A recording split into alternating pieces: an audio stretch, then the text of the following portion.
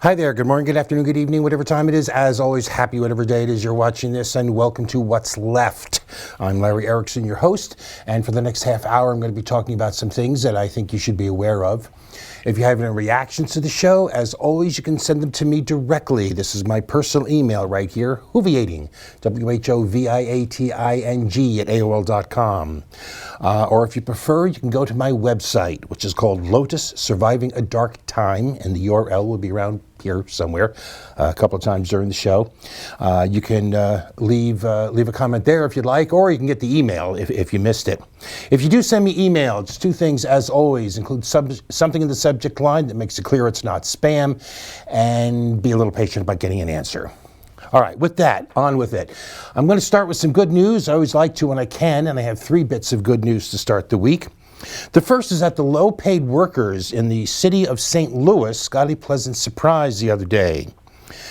In 2015, in the swirl of the Fight for 15 campaign gaining ground in cities around the country, the GOPpers in the Missouri state legislature overrode a gubernatorial veto in order to enact a law saying that the local minimum wage in any city could not be above the state minimum wage, which at the time was a paltry $7.65 an hour. It's now $7.70. In St. Louis, the Board of Aldermen focused on a provision in that law that permitted local wage increases provided they were already in effect on or before August 28, 2015. So the board worked through the summer on a special session to reach a compromise between business interests and working people, and just in time, agreed on a series of dates whereby the city minimum wage would gradually be raised to $11 an hour by January 1st, 2018. Now, it's what should have been no one's surprise. A group of business associations sued the city, saying that they were whining and sniveling about how the new law is terrible, mean, and rotten, and all kinds of things, and how the city was being terrible, mean, and rotten, and all kinds of things. A state circuit judge struck down the city law just hours before it would have triggered the first increase in the minimum wage, which is where things stood from that point in 2015 until February 28th. Because in that day, it turned out the city of St. Louis had not given up on its efforts to support its law. It continued fighting through the courts. And on February 28th, the Missouri State Supreme Court ruled in favor of the law and St. Louis, which means that the low-paid workers of St. Louis, now trying to get by on $7.70 an hour, will see their pay increase almost immediately to $10 an hour and to $11 an hour in just under a year. Now, because of that evil state law, the city won't be able to raise the minimum above $11 unless that law is repealed. But at least for now, low-wage workers in St. Louis can enjoy a little wage justice, and the fight to make the minimum wage a living wage, not just another small but still real victory, and that's good news. Next up, there's another court victory, and this one about voting rights. And I have to say that every time I do a story about voting rights, I always recall that not that long ago, the concern was about how few people voted, how low the turnout was, and how can we get more people registered? How can we get more people to vote? Now it always seems every story is about attempts to limit people's ability to vote, how to keep people from voting, which is in a way not surprising because the right wing has learned that when people vote, they lose. So the fewer people that vote, the better off they are. Anyway, Virginia has a state legislature dominated by right wingers, and they drew up new legislative districts designed, of course, to make sure that they continue to be dominant in the future. Now, supporters of voting rights and racial justice sued the state, arguing that 12 of the districts for the House of Delegates were unconstitutional racial gerrymandering. They lost in federal district court, which said Virginia did not impermissibly use race in determining the districts because the map didn't flagrantly override other traditional redistricting standards such as compactness. So it wasn't immediately obvious that race was the predominant factor in determining the districts. Well, on March 1st, the U.S. Supreme Court overturned that decision, telling the district court it had applied the wrong standard. Simply put, it told the lower court that if a district is racially gerrymandered to limit minority voting power, then that district is unconstitutional, no matter whether or not it violates any other traditional standard. It sent the case back to be reconsidered under the correct legal standard. Now, one court watcher sort of dismissed this as just the decision as a punt and said, really nothing's changed because under reconsideration, the district court could find that could still find there's no disparate racial impact. But I think, and others do as well, that analysis misses a fundamental point. Without getting into the weeds of the case, what's important here for Virginia and for other states as well is that the Supreme Court has reaffirmed that showing a racially disparate impact is sufficient. You do not need to get over the much higher barrier of proving a racially discriminatory intent. That could well make it easier to challenge racially gerrymandered districts in other places. And what was most striking about the decision to me was that it was, in effect, 6-1 to 1. No one, and in fact, of the 8, disputed the central point about the legal standard involved. Kennedy, who wrote the opinion, was joined by Roberts, Ginsburg, Breyer, Sotomayor, and Kagan, with Alito and Thomas concurring with the judgment, but dissenting from some part of the judgment or from some part of the opinion. The reactionaries' efforts to restrict our right to vote continue unabated, but at least here there is one clear line in the sand that has been drawn. And that, again, is good news. Finally, we have what I'm calling good news with a question mark. On February 27th, a 3-judge panel of the Fifth Circuit Court of Appeals ruled that the public has a right to film the police, which on its face would seem to be good news, and particularly coming from the notoriously right-wing Fifth Circuit, I suppose it is. But I have to ask, why is this even an issue? Why is this a thing at all? Of course we have the right to film cops. How can it even be a question? And yet it is over and over and over again. In fact, the ACLU says, and there is, and I'm quoting them, a widespread continuing pattern of law enforcement officers ordering people to stop taking photographs or video in public places and harassing, detaining, and arresting those who fail to comply. And to make it worse, the Fifth Circuit decision wasn't even unanimous. One of those judges was prepared to find that you do not have a right to film police, or more precisely, that such a right is not clearly established. And the decision contained enough caveats and was written with such timidity. It actually treated finding a First Amendment right to video police as if that was some daring, shocking advance, which maybe for them it was. But it was written in such a way that it's hard to think of this decision as really striking a major blow for free speech. But even so, it adds to the growing bulk of cases and rulings that cops cannot exempt themselves from oversight by the general public wielding cell phones or cameras. And so, still wondering why this is even a question, I still have to call this good news. All right, we're going to move on from there to one of our regular features. This is the Clown Award, given as always for meritorious stupidity. We had a couple of nominees this week. One I considered for a bit, Representative Louis Gohmert, the man who puts Gomer in Gohmert. He's been refusing to hold in-person town hall meetings with constituents, and he actually referred to the shooting of former Rep. Gabby Giffords as justification. He indicated that he's afraid of getting shot by someone from the more violent strains of the leftist ideology who are preying on town halls. Because in those town halls, there were all those representatives who were actually physically assaulted or shot or whatever. Now, just to remind you, Gabby Giffords was one of 19 people shot at a public event she held in January 2011. She was shot by a right-wing paranoid schizophrenic by the name of Jared Lee Luffner. But it was at a public meeting she was shot, so Gohmert says that's all he needs to be terrified of lefties coming to a town hall armed with questions.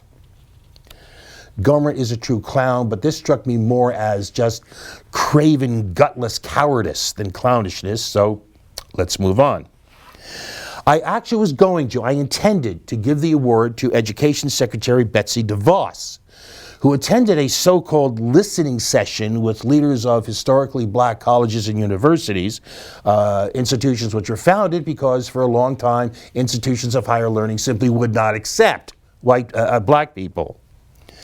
After that meeting, she released a statement in which she called those institutions living proof of the importance of her program of promoting taxpayer-supported, private, profit-making schools, because these schools, these historic black universities and colleges, were, quote, real pioneers when it comes to school choice.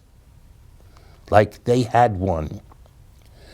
She desperately tried to walk this back the next day, but the fact is, this was no off-the-cuff remark that came out wrong, the kind of goof that any of us might, I'm sure we all have, made.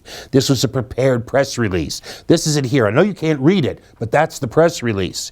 The thing is, this was prepared. They said what they wanted to say. They thought about this. Trying to walk that back just makes it that much more clownish. But then I decided, no, I couldn't do that. Not after this was found the next morning, scrawled on a main sidewalk of Howard University, one of those historically black institutions. In case you can't read it, what it says is, welcome to the Trump plantation, Overseer Wayne A.I. Frederick, who, as you probably guessed, is the president of Howard University. And I thought, no, I can't do this. This is too important. This sort of offhanded, ignorant racism DeVos displayed, that sheltered, privileged ignorance, where the meaning of your own words never even occurs to you, no matter how blatant it is until someone points it out to you, in which case it's obvious. The kind of bigotry that the entire Rump campaign, the Rump administration has empowered, emboldened, and encouraged. It's just too important to toss off at the mockery of a clown award. So again, we move on, this time to our winner, an old champion re-emerging to reclaim his crown. This week, the big red nose goes to the man with the world's most perfect initials, Bill O'Reilly. Now, you likely heard about the Rump declaiming at his campaign rally, and yes, that is what they called it, his campaign rally in Florida on Saturday, about, look what's happening last night in Sweden. Sweden, who would believe this? Sweden. Well, of course, nothing happened that night in Sweden. And it turned out that he had seen a Tucker Carlson interview with some right-winger on Fox who has a, quote, documentary, unquote, claiming there was an immigrant-driven surge in gun violence and rape in Sweden, which authorities are deliberately hiding. That was a piece that the Rump saw and apparently took to be breaking news. Interestingly, since this has happened, there have been repeated attempts on Fox and other parts of the right-wing media to cast Sweden as some sort of crime-ridden hellhole. Because after all, the Rump must be proven to be correct. It's our duty. Which brings us to Mr. B.O. On his show on Fox on February 23rd, he had on as a guest one Nils Bildt, billed as a Swedish defense and national security advisor, and he was there to engage in the predictable xenophobic slam of Sweden's immigration policies, touching on all the usual areas about crime, deviant activities, and no-go areas. Here's the problem. Neither Sweden's defense ministry nor its foreign office had any idea who the heck Nils Bildt is. They had never heard of him. So who is he? Well, it turns out that this expert on Sweden moved out of Sweden in 1994. And he changed his name from Tolling to Bildt in 2003. He says he's based in the U.S., whatever that means, but Sweden says the last address they have for him is in Tokyo. In 2015, he was one of the founders of a consulting firm called Modus World LLC, which according to its website specializes in operations and management of possible kidnap and ransom situations, not, I note, terrorism. And by the way, last night and again this morning, the website is unavailable. Oh, by the way, Bildt is one other thing. He's a convicted felon, having been sentenced to a year in prison in 2014 for assaulting a cop, obstruction of justice, and just to make it a triple, being drunk. So let's see. hasn't lived in Sweden for 23 years, has no connection to any kind of Swedish defense or national security, runs or maybe ran a business with only a tenuous connection to the issue of terrorism, and has no, not even a claimed, expertise in immigration. This is who Bill O'Reilly thought would be the perfect guest to discuss immigration in Sweden. Still in championship form, Bill O'Reilly, clown. Let's take a break.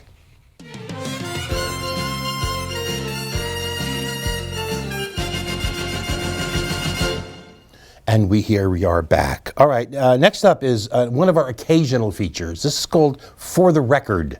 It's where we run through a couple of things pretty quickly, just a sentence or two or three on each, just to make sure that these are the kind that get mentioned, even if we're not going to spend a lot of time on them.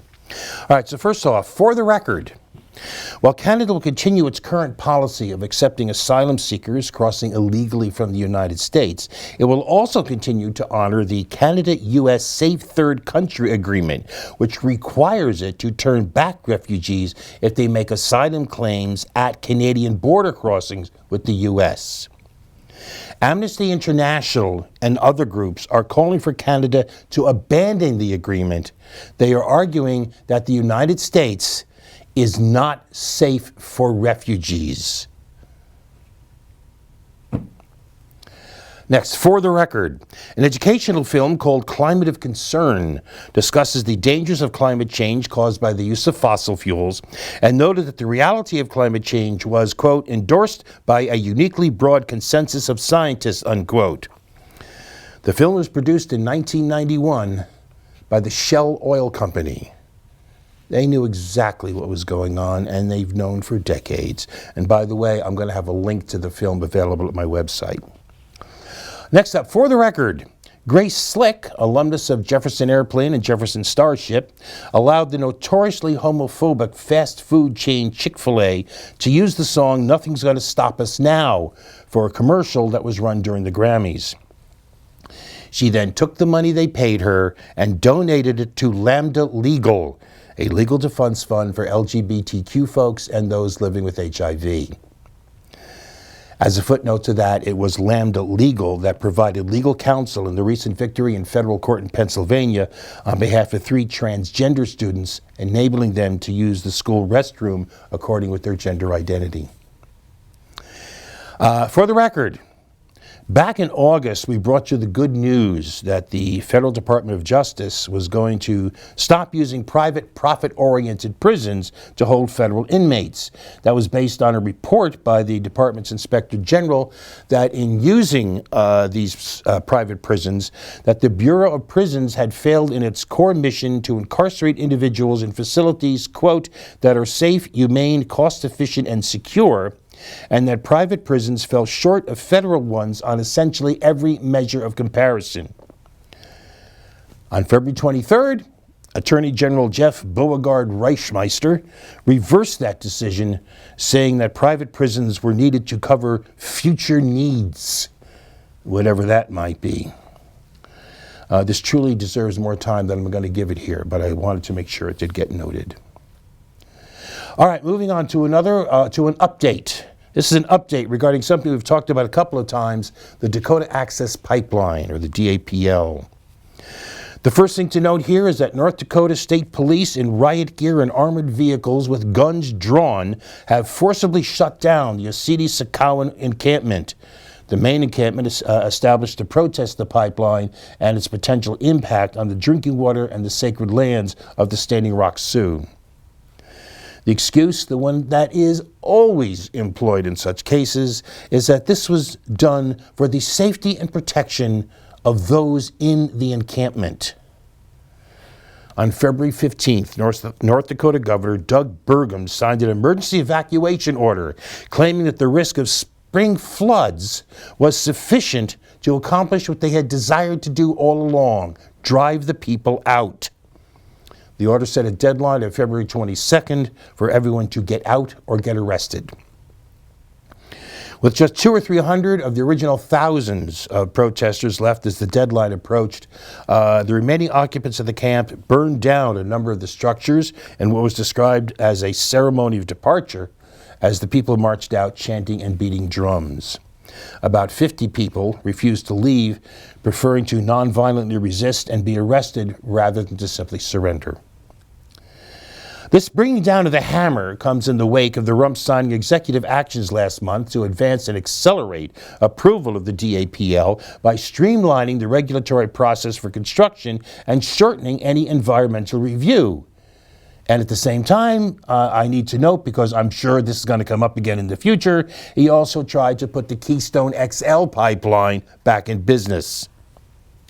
This was followed up by the rump canceling an environmental impact review midstream, and the Army Corps of Engineers granting the final easement for the pipeline construction beneath Lake Oahe without the usual 2-week waiting period before an easement can be acted on. Now, this does not mean the fight is over, although if I'm to be blunt, things look pretty grim right now. But the spiritual occupation continues, even if in a less dramatic way. New encampments are popping up on private land in the area, including one the Cheyenne River Sioux had earlier set up about a mile from the main camp. And meanwhile, the fight in the courts goes on. On February 14th, the Standing Rock Sioux filed a new challenge to the project, arguing that canceling the environmental review partway through is illegal, that the waiving of the waiting period for the easement is arbitrary and capricious, and that the entire process wholly disregards the treaty rights of the Standing Rock Sioux. Meanwhile, the stench of corruption over this whole thing continues to thicken. For one thing, you may remember this, it came out in November that the rump had as much as $1 million invested in Energy Transfer Partners, the company trying to build the pipeline. I had that invested in 2015. In May 2016, the most recent information available, he still had as much as $50,000 invested in the company, along with as much as $250,000 invested in Phillips 66, which is an oil company that has a 1/4 interest in Dakota Access. And now it has emerged that when on last October 25th, the governors of North Dakota, South Dakota, and Iowa sent a letter to the Corps of Engineers demanding immediate approval of the DAPL, they were literally working on behalf of Energy Transfer Partners. The letter contained only minor alterations from the one provided to the governors by it's called the LS2 Group, which is a PR firm that was hired by Energy Transfer Partners in order to promote the project.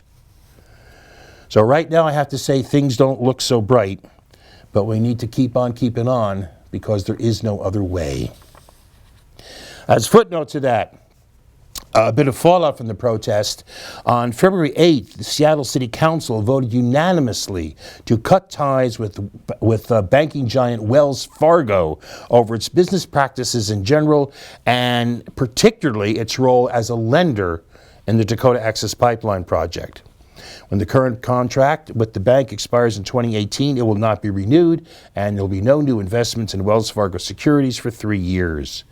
The bank currently manages the city's accounts, processing about $3 billion annually on an average daily balance of about $10 million. There are other efforts to, if you will, vote with your dollars. Individuals have withdrawn some $58 million in deposits from banks associated with the project. The Norwegian bank, DNB, sold its share in the project, and the city of Minneapolis is considering the possibility of cutting ties with banks invested in the fossil fuel industry, and in particular, those invested in the Dakota Access Pipeline. None of that may seem like much compared to the size of the banking industry, but like the man in the movie said, small moves, small moves. All right, a last for this week. And you consider this a teaser for next week because I'm going to make it our first order of business for next week. I don't really have enough time this week. I only got about 3 or 4 minutes left, and I don't have enough time to do it this week. But I'm going to make it my first order of business for next week. But you may recall just a couple of weeks ago, I gave my rules for right-wing debate. And one of them, Rule 18, was that if you can't win by the rules, change the rules.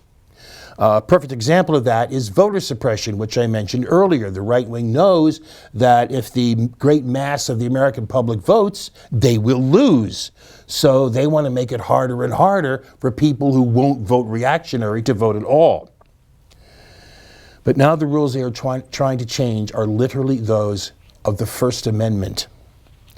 Faced with outraged citizens and ongoing protests, big and small, the GOPpers just want to put a stop to it. They are trying to make it harder and harder to engage in legal protest while increasing the penalties for any act of nonviolent civil disobedience.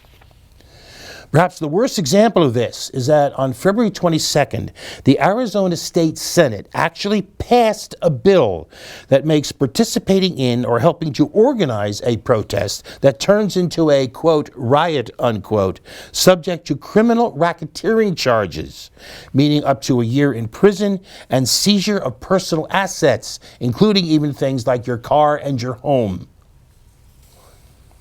Now note this because it's important. It's important. In Arizona, a riot is described as, and this is quoting, 2 or more people using or threatening force or violence in a way that disturbs the peace. The new law expanded that to include any case where there is any property damage. All right, what this means, what the legal effect of what this is that at any demonstration where, say, 2 people throw rocks through a window, everybody present at that protest could be arrested for participating in a riot. People trying to organize a protest could be arrested and charged just for planning a protest if the cops decide that the protest might lead to such a riot. The bill, which became known as the Plan a Protest, Lose Your House bill, is so extreme that some sanity did prevail, and the Arizona House will not take it up. That kills it, at least for now, but the fact is the Arizona Senate passed this thing.